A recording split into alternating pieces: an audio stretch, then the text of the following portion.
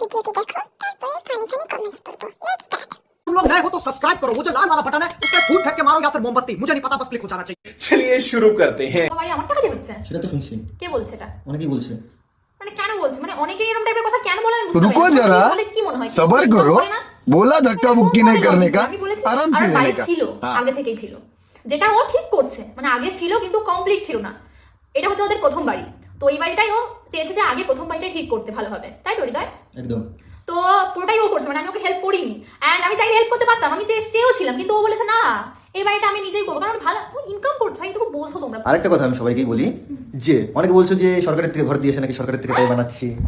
সেটা বলছি যে সরকারের থেকে ঘর দিয়েছে আমাকে। বলছি ওইটাই আমার বাড়ি, আমি বাড়ি এতদিন দেখাইনি, কারণ আমার বাড়িটা পুরো কমপ্লিট ছিল না। তো এখন আমি পুরো বাড়িটা যে যাই বলে দাদা, তুমি কিন্তু করতে না।